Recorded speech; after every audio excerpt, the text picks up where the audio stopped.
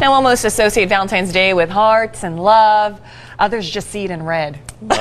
Love is in the air. But for private investigators, the holiday is known as their Super Bowl. Here to explain is Robbin Itkin, who specializes in private investigation and infidelity. Good morning, Robbin. Good morning. Is it true? Is it really their Super Bowl? Or is It's their Super Bowl. At least they say it's their Super Bowl. So I think a lot of it's marketing too, because as you know, there are a lot of people who cheat, and unfortunately, it happens all the time, but it happens year-round, not just on Valentine's Day. I actually have a very good story to tell you, and that's, in my 30 years of practicing as a lawyer, I come across some interesting things. But recently, I think in this age of social media, especially, people are finding out about cheating, not necessarily through private investigators, but through social media. For instance, I have a client who received what you call a butt call, or a pocket call. Or a booty call. A booty call. Oh, a booty call. Which, you know, when you get a message and you get a message and someone's talking on it and they don't know that they called you. Well, my friend, my client, who's a friend, found out that her husband was cheating with her cousin that way. Wow. And it was really interesting because she just listened to it. She didn't have to spend any money on a private investigator. But it was quite fun. So I think that it is a lot, and also in this day and time, quite frankly, where I find in advising people because of financial distress, where there's financial distress, there's relationship distress. And people do things that they wouldn't normally do when they're emotionally and financially more secure. Insecure leads a lot to infidelity. Interesting. So you've come across certain clients who were probably having financial difficulties and then found out that their spouses were cheating? Yes, I've had that actually, and it was very inadvertent, where I've had someone who used a private investigator to understand some business transactions that were taking place, and inadvertently in that process, they found out their spouse had been having an affair for years with one of the business partners. Wow. So there's ways to find this out, and sometimes you kind of need to understand what is it you're looking for and what are you going to do with the information when you get it? Because that's the thing too. You know, it's to be very surprising, but do you really want to know? If you know, what are you going to do with that information?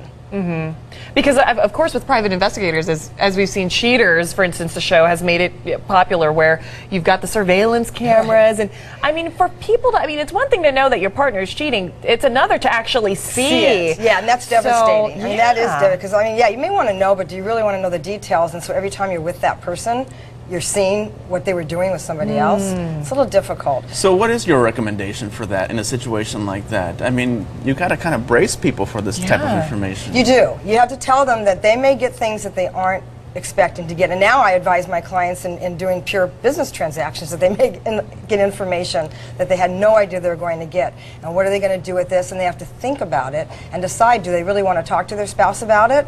Do they want to show their spouse?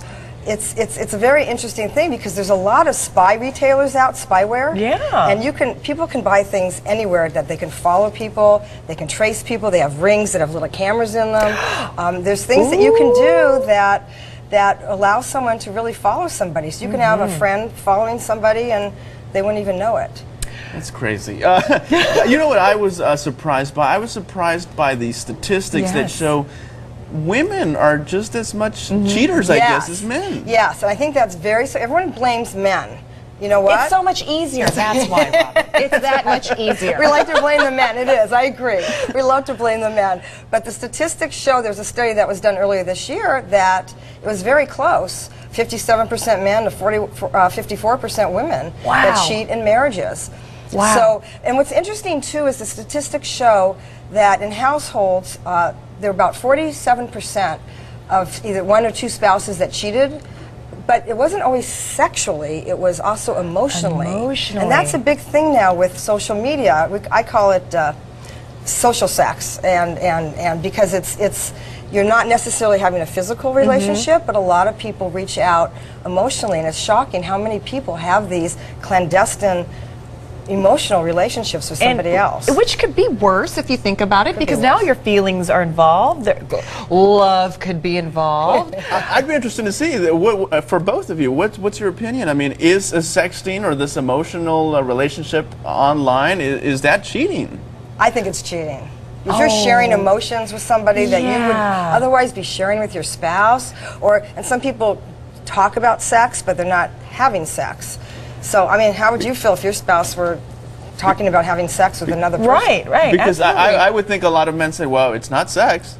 Yeah, well, you can't use that excuse with me. You can try it. that's right. Well, I didn't have sex with that woman, right? Yeah, we know. Yeah, it doesn't fly. I mean, you could try that. I don't think it's going to fly with someone who's smart. But I think it is interesting that women are under stress all the time too. Women get insecure, just like men, and they reach out. They may not be happy with their spouse. A lot of women feel that their spouses aren't giving them the attention that they need and deserve, and they reach out. So fellas, you need to give your spouses a little more attention. Right. Well, it goes both ways. I can hear that. So, wow, that's very fascinating. Well, you know what, Robin? I wish we had more time. This was fascinating, to say the very least. Thank you so much for being here with us. Thank you very much. So just be careful, right? That's to your overall. Be careful and be aware. Be aware. Okay. All right. Thank you.